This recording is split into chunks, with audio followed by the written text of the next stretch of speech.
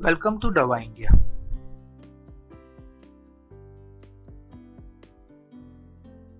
दवा इंडिया के बारे में आज हम आपको बेसिक इंफॉर्मेशन देने वाले हैं।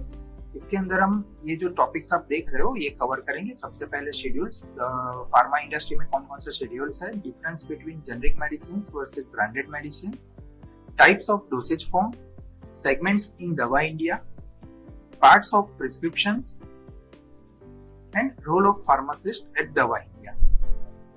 सबसे पहले हम देखते हैं शेड्यूल्स। इंडिया के अंदर कोई भी ड्रग का इंपोर्ट, मैन्युफैक्चरिंग एंड डिस्ट्रीब्यूशन सारी चीज को कंट्रोल करने के लिए गवर्नमेंट ऑफ इंडिया ने एक लॉ पास किया है जिसको हम कहते हैं ड्रग्स एंड कॉस्मेटिक एक्ट 1940। यहाँ पे हम लोग जितने भी ड्रग्स होते हैं वो सारे ये लॉ के अंदर कंट्रोल होते हैं और यहाँ पे एक रजिस्टर्ड और ट्रेन फार्मासिस्ट ही इसको आगे बेच सकते हैं।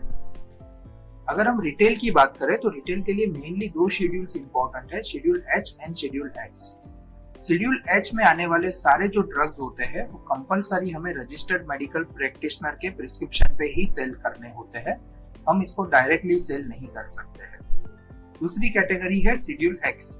शेड्यूल एक्स में मेनली साइकोट्रोपिक ड्रग्स रहते हैं जो हैबिट फॉर्म करते हैं पेशेंट के अंदर, इसलिए इसके लिए स्पेशल से अलग गाइडलाइंस बनाई गई है। इसमें कंपलसरी प्रिस्क्रिप्शन चाहिए, इसका बिलिंग रिकॉर्ड रखना है, एज वेल एज कस्टमर की सारी डिटेल्स लेके आपको रजिस्टर्ड मेंटेन करना पड़ता है। इसमें मेनली दिमाग की बीमारियों से रिलेटेड प्रोडक्ट्स और एंटी-टीबी प्रोडक्ट्स होते हैं। Difference between branded medicine versus generic medicine. Branded medicine और जेनरिक मेडिसिन में रेट में इतना सारा फर्क क्यों होता है एमआरपी? तो अगर हम देखें तो ब्रांडेड मेडिसिन के अंदर हाई रिसर्च कॉस्ट इन्वॉल्व होती है, प्रोडक्ट मॉलिक्यूल ढूंढने से लेके मॉलिक्यूल को डेवलप करने तक। यानी कोई अगर मॉलिक्यूल है तो वो टैबलेट फॉर्म में बनाने के लिए वो कैसे स्टेबल होगा, उसका डिसोल्यूशन रेट क्या होगा, कैसे बॉडी में वो इफेक्ट करेगा, ये सारे डेवलपमेंट कॉस्ट बहुत हाई होते हैं। वहीं अगर हम जेनरिक मेडिसिन की बात करें तो उसमें कोई भी रिसर्च इन्वॉल्व नहीं होता है और डेवलपमेंट कॉस्ट भी बहुत कम रहती है। अगर ब्रांडेड मेडिसिन में देखें तो यहाँ पे मार्केटिंग कॉस्ट बहुत हाई होती है, क्योंकि नया मॉलिक्यूल है मार्केट के लिए, तो यहाँ पे मेडिकल रिप्रेजेंटेटिव हो गए, डॉक्टर्स के लिए गिफ्ट्स हो गए, मार्केटिंग टीम यानी पीएमटी टीम वगैरह डेवलपमेंट करना पड़ता है। इसके साथ साथ सैंपल्स डिस्ट्रीब्यूशन करना पड़ता है, बहुत सारी चीजें होती है जिसकी कॉस्ट बहुत हाई रहती है, जबकि जेनरिक मेडिसिन में ऐसी कोई भी कॉस्ट इन्वॉल्व नहीं होती है। अगर हम क्वालिटी पैरामीटर्स की बात करें तो क्वालिटी पैरामीटर्स चाहे ब्रांडेड मेडिसिन हो या जेनरिक मेडिसिन हो, दोनों के लिए सेम रहते हैं। सारे मैन्युफैक्चरर्स क्वालिटी पैरामीटर्स को सेम मेंटेन करते हैं। सप्लाई चेन की अगर हम बात करें तो ब्रांडेड मेडिसिन के अंदर मेडिसिन बहुत सारे लेयर से पास होके रिटेलर तक पहुंचती है, जैसे सीएनएफ हो गए, सुपर स्टॉकिस्ट हो गए, स्टॉकिस्ट हो गए।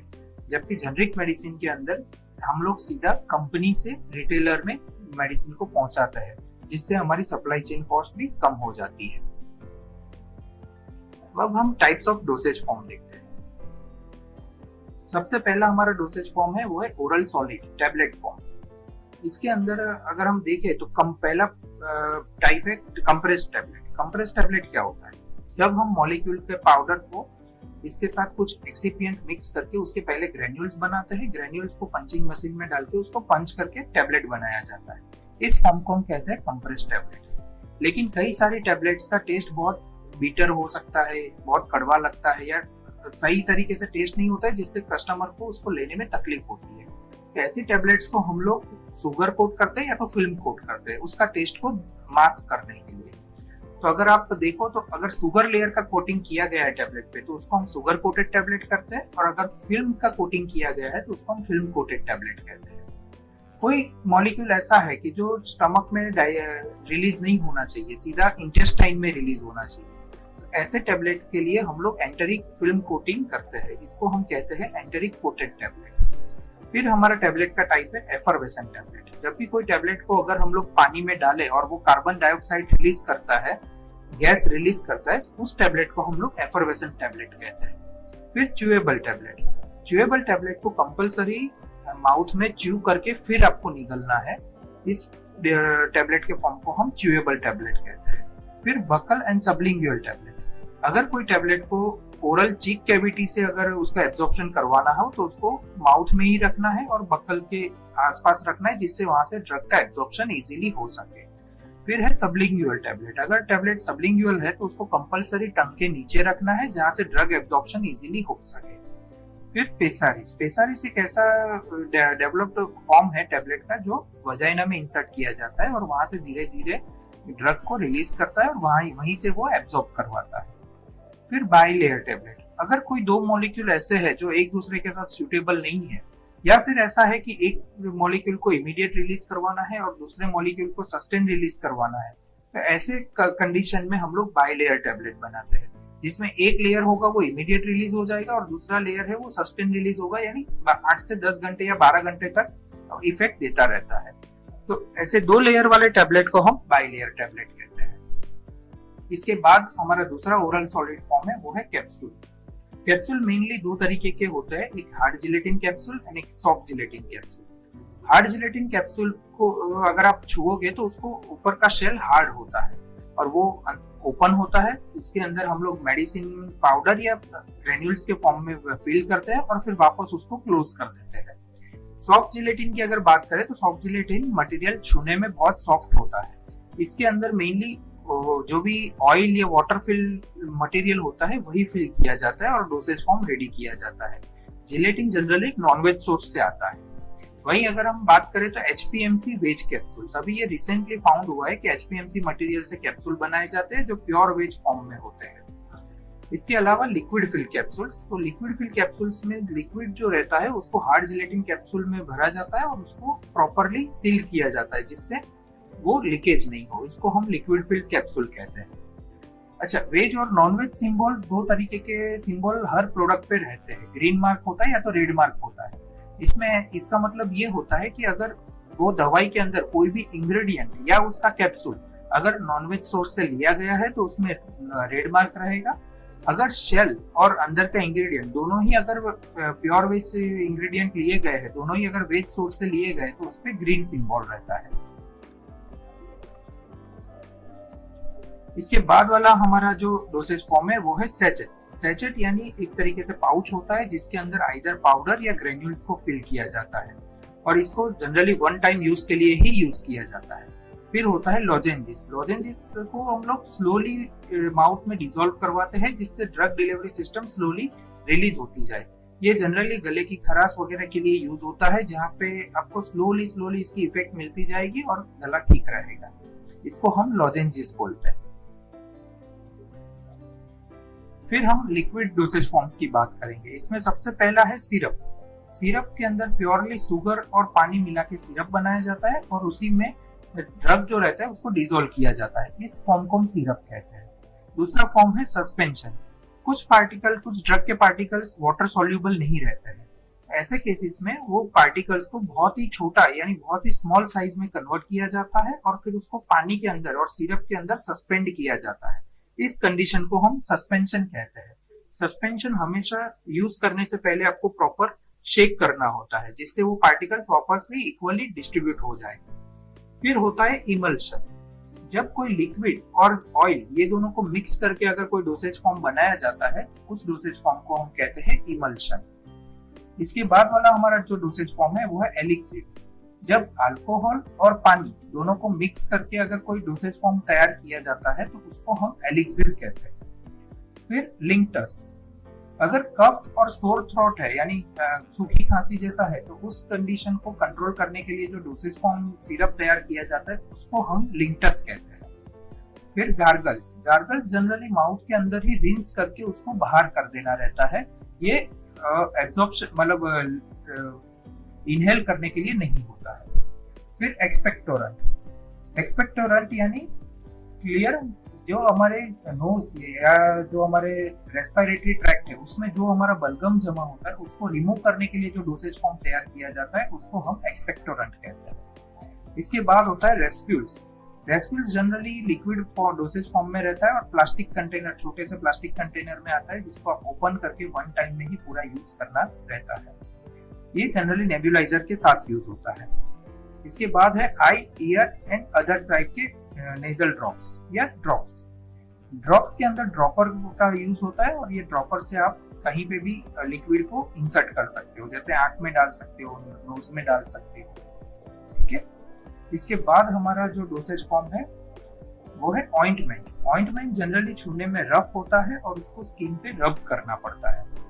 इसके बाद वाला जो डोसेज फॉर्म है वो है क्रीम।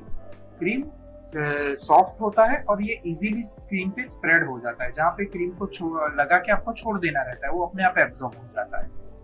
फिर पेस्ट। पेस्ट फॉर्म हमारा जनरली टूथपेस्ट वगैरह में यूज होता है। फिर gel and jellies. Gel and jellies clear dosage form रहते हैं, जिसमें आप अंदर का आप देखोगे तो पानी जैसा ही दिखेगा, और ये जनरली स्किन पे एब्जॉर्ब करवाने के लिए जेल एंड जेलीस का यूज होता है। Then suppositories. सपोजिटरीज एक ऐसा डोसेज फॉर्म है जो वजाइना में इंसर्ट किया जाता है, और वजाइना में इंसर्ट करने के बाद वो बॉडी टेम्परेचर पे ही डिसोल्व होता है और वहीं से वो ड्रग एब्जॉर्प्शन हो जाता है। फिर स्प्रे। स्प्रे यानी लिक्विड को प्रेशराइज नहीं किया जाता, इसको पंप के थ्रू बाहर लाया जाता है, और ये बहुत छोटे छोटे ड्रॉप्स के फॉर्म में होता है, जैसे परफ्यूम और कुकुम्बर मिंट मिस्ट में होता है। एरोसोल। एरोसोल यानी प्रेशराइज किया हुआ कंटेनर रहता है, इसके अंदर जो भी मटेरियल रहता है उसको गैस से प्रेशराइज करते हैं और ऊपर का बटन दबाने से इसमें से लिक्विड रिलीज होता है, जैसे इनहेलर्स और रूम फ्रेशनर्स वगैरह आते हैं। फिर हम देखते हैं डोसेज फॉर्म में इंजेक्शंस। इंट्रावेनियस इंजेक्शन। इंट्रावेनियस यानी सीधा नसों में दिया जाने वाला इंजेक्शन होता है। फिर सबक्यूटेनियस। सबक्यूटेनियस इंजेक्शन यानी स्किन में दिया जाता है, ये डायरेक्टली वेन में या मसल में नहीं दिया जाता, जैसे इंसुलिन होता है वो सबक्यूटेनियस दिया जाता है। फिर इंट्रामस्कुलर। जब कोई ड्रग मसल्स में दिया जाता है जहां से उसका स्लो एब्जॉर्प्शन होता रहे, तो ऐसे इंजेक्शंस को हम इंट्रामस्कुलर इंजेक्शन कहते हैं। एम्प्यूल्स और वायल के बीच में क्या डिफरेंस है? जो भी डोसेज फॉर्म रहता है उसमें अगर रबर का कैप लगाया गया है तो उसको हम वायल्स कहते हैं, और जो कांच का पूरा सिंगल यूज कंटेनर आता है जिसको हमको तोड़ के अंदर से ड्रग लेना होता है उसको हम एम्प्यूल्स कहते हैं। डॉक्टर्स की कौन कौन सी स्पेशलिटी होती है? तो पहले तो होते हैं जनरल प्रैक्टिशनर। यहाँ पे जनरली एमबीबीएस डॉक्टर्स कवर होते हैं। जो सारे प्राइमरी डिजीज होते हैं वो यहाँ पे जनरल प्रैक्टिशनर के पास ही होते हैं डायग्नोस, और यहीं से ट्रीटमेंट शुरू होती है। फिर पीडियाट्रिशियन। पीडियाट्रिशियन यानी बच्चों के लिए स्पेशलाइज्ड डॉक्टर, ये बच्चों को ही देखते हैं। फिर एमडी फिजिशियन, जैसे लीवर, कार्डियक और डायबिटीज, ये जो भी पेशेंट्स रहते हैं पहले एमडी फिजिशियन के पास डायग्नोस होते हैं, फिर वहां से वो सुपर स्पेशलिटी की तरफ आगे बढ़ते हैं। फिर गायनेकोलॉजिस्ट, यानी अगर वुमन से रिलेटेड कोई भी डिजीज होता है तो वो गायनेकोलॉजिस्ट के पास ही जाते हैं, जैसे डिलीवरी कराना है या मेनोपॉज का प्रॉब्लम है तो वो गायनेकोलॉजिस्ट ही वो पेशेंट को देखते हैं। फिर डर्मेटोलॉजिस्ट यानी स्किन के डॉक्टर्स। कार्डियोलॉजिस्ट यानी हार्ट के डॉक्टर्स, ये सुपर स्पेशलिटी है। ईएनटी स्पेशलिस्ट यानी ईएनटी स्पेशलिस्ट यानी कान, नाक और गले के डॉक्टर। न्यूरोलॉजिस्ट यानी ये मेनली नर्वस रिलेटेड जो न्यूरॉन सिस्टम रहती है उससे रिलेटेड बीमारियों के डॉक्टर्स रहते हैं और उसी को चेक करते हैं। साइकोलॉजिस्ट यानी साइकेट्रिक, ये जनरली दिमाग की बीमारियां का जो पागलपन जिसे हम कहते हैं उसके रिलेटेड जो बीमारियां होती है वैसे पेशेंट को देखते हैं। डेंटिस्ट दांतों के डॉक्टर होते हैं। नेफ्रोलॉजिस्ट और यूरोलॉजिस्ट, ये किडनी से रिलेटेड जो भी प्रॉब्लम्स होते हैं, यूरिन से रिलेटेड जो भी प्रॉब्लम्स होते हैं वैसे पेशेंट्स को देखते हैं। ऑप्थाल्मोलॉजिस्ट यानी आंखों के डॉक्टर। चेस्ट फिजिशियन यानी अस्थमा वगैरह के जो पेशेंट्स रहते हैं उनको चेस्ट फिजिशियन ट्रीट करते हैं। ऑर्थोपेडिक्स यानी ये मेनली हड्डियों के जो प्रॉब्लम्स रहते हैं वैसे पेशेंट्स को देखते हैं। एंडोक्राइनोलॉजिस्ट, ये इंसुलिन वगैरह जो बॉडी में रिलीज होता है उसके रिलेटेड जो भी प्रॉब्लम्स होते हैं वैसे हमारे हार्मोन्स को चेक करते हैं, ऐसे डॉक्टर्स को हम एंडोक्राइनोलॉजिस्ट कहते हैं। गैस्ट्रोएंट्रोलॉजिस्ट, हमारे गैस्ट्रिक और इंटेस्टाइन से रिलेटेड जो भी प्रॉब्लम होते हैं जैसे लीवर, स्टमक, इंटेस्टाइन, ये सारे जो पेशेंट होते हैं गैस्ट्रोएंट्रोलॉजिस्ट देखते हैं। फिर सर्जन मेनली सर्जरी करते हैं। एंड वेटेरियन यानी ये जानवरों के डॉक्टर्स होते हैं। दवा इंडिया के सेगमेंट्स। दवा इंडिया में हम मेनली मेडिसिन रखते हैं, Ayurvedic, nutraceuticals and wellness, surgical products, gym products. Khadi India हमारा एक प्रीमियम सेगमेंट है जिसके अंदर कॉस्मेटिक, हेल्थ एंड हाइजीन के रिलेटेड प्रोडक्ट्स आते हैं। अभी मैं आपको मेडिसिन और जो आयुर्वेदिक सेगमेंट है उनके कुछ डिटेल्स बताता हूँ आपको। यहाँ पे आप देख सकते हो जैसे सेगमेंट और उसके साथ कुछ कुछ एग्जांपल्स दिए हुए हैं। जैसे एनाल्जेसिक है तो paracetamol, aceclofenac and diclofenac. Antacid में पेंटोप्राजोल एंड रेबिप्राजोल। एंटीबायोटिक्स में एमोक्सिक्लिव प्लस सिफेक्सिन। एंटी एलर्जिक में है निवोसेट्रेजिन एंड सेट्रेजिन। एंटी डायबिटीज में है मेटफॉर्मिन एंड ग्लिमिपिराइड। एंटी कैंसर में है कैपेसिटाबिन। एंटी कोएगुलेंट में है डेबिगार्टन एंड रिवरऑक्साबेन। एंटी हिस्टामाइनिक में है फेक्सोफिनाडिन एंड मोंटेलुकास्ट। एंटी इंफ्लेमेटरी में है आइबुप्रोफेन एंड सेलेस्ट्रोपेप्टिडेज। एंटीवायरल में है असाइक्लोविर। एंटी इमेटिक में है ऑन्डेंसेट्रॉन एंड ग्रेनिसेट्रॉन। एंटी मलेरियल में है हाइड्रोक्सीक्लोरोक्विन, आर्टिमिथर एंड लुमेफेंट्रिन। एंटी स्पाज्मोडिक में है डाइसाइक्लोमाइन। एंटी अल्सर में है सुप्राल्फेट। एंटी डायरियल में है preprobiotic sachet, bacillus respules, ofloxacin and ऑर्डिडेसोन। अस्थमा में है बुडेसोनाइड एंड मोमेटासोन। लेक्सेटिव में है bisacodyl tablet, laxative churna and milk of magnesia. Gout में है एलोप्यूरिनॉल एंड फेब्यूक्सोएट। गाउट यानी यूरिक एसिड वाली कंडीशन। एंजाइम्स में है दवा एंजाइम सिरप। हाइजीन में है sanitary pad and hand wash. Cardiac में है टेलमिसार्टन एंड एनालाप्रिल। डाइजेस्टिव में है lactase and pancreatin. Diuretic and kidney में है disodium hydrogen citrate, alpha keto analogue, mycophenolate. Protein supplements में whey protein, pedia protein and mass gainer. Gynaec में है progesterone, folic acid and infertility tablets. Immunosuppression में है tacrolimus. Dermo related products है itraconazole, cyclosporine, clotrimazole, clindamycin, hydroxychloroquine. Skin care के लिए है face wash, body lotion, soap. Hair care के लिए है minoxidil and biotin. Eye drops and nasal drops के लिए है कार्बोक्सीमिथाइल सेल्यूलोज एंड मॉक्सीफ्लोक्सासिन। आयुर्वेदिक के लिए है डायबिटीज केयर जूस एंड चूर्ण। बेबी केयर के लिए है baby lotion and baby soap. OTC के लिए है बाम, कोल्ड्रब एंड टूथपेस्ट। सर्जिकल के लिए है Lancet, needles and diapers. Antipsychotic के लिए है इटिजोलाम, एमिसल्पिराइड एंड ब्यूटीपाइन। मेंस रेंज में है Beardo cream and charcoal face wash. Thyroid के लिए है थायरोक्सिन। न्यूट्रास्यूटिकल्स में multivitamin, zinc and calcium. Injectables में सेफ्ट्रायोक्सोन, डाइक्लोफिनेक एंड B12। यहाँ पे तो कुछ कुछ एग्जांपल ही दिए गए, इसके अलावा भी हमारे पास बहुत सारे मेडिसिन है। अब हम आपको थोड़ा सा पार्ट्स ऑफ प्रिस्क्रिप्शन के बारे में बताते हैं। तो प्रिस्क्रिप्शन में मेनली जैसे आप ऊपर देख रहे हो, ऊपर सबसे पहले तो डॉक्टर्स की डिटेल रहती है, उनका रजिस्ट्रेशन नंबर, डॉक्टर का नाम, उनका एड्रेस, क्लिनिक का एड्रेस, फोन नंबर वगैरह लिखा हुआ रहता है।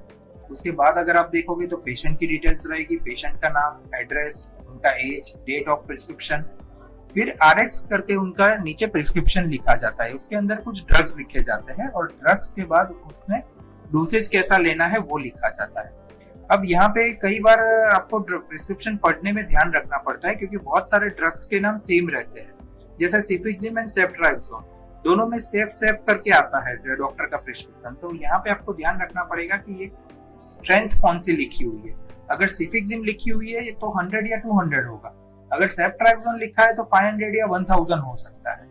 तो ये चीज आपको खास ध्यान रखनी है कि आपको कौन से ड्रग का प्रिस्क्रिप्शन लिखा गया है।